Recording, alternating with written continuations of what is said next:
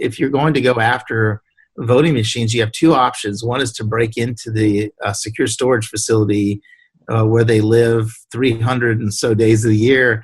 And the other way is to actually go into precincts and try to physically go, or to co-opt an election judge. Those are particularly tricky ways to do, to undermine a system and actually put people in harm's way. So what I would argue that is a bigger risk, if you're trying, and again, you have to think like the attacker, you have to think like the Russians. I would point to voter registration systems as a great example.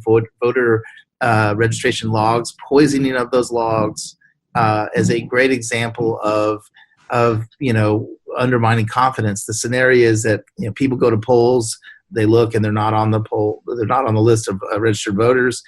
The second thing that I have mentioned is election night reporting. The ability to DDoS most of the Secretary of State's and most of the county reporting infrastructure exists right now. And I will just say, I would point to, I think it's Lexington County in Tennessee that had a small election earlier in the year, and they experienced a DDoS. It's just so easy to do. And I mean, you throw in some social media posts, some fake news, some bot news, and you can make it seem like there's the system's under attack, and that would be a fairly straightforward thing to do without putting people in harm's way, without trying to change the vote count. That's what I am, what I'm worried about. And I would say that this as a general theme is, you've basically taken all of these secretaries of states and county voting administrators and put them on the front line of a cyber war, and you couldn't have a bigger mismatch of talent, technical, and defenses.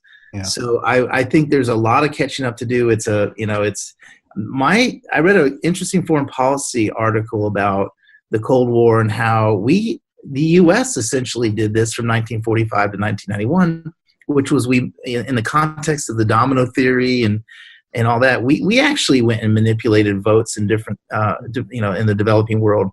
The fact that the Russians haven't done it until now is to some degree astounding.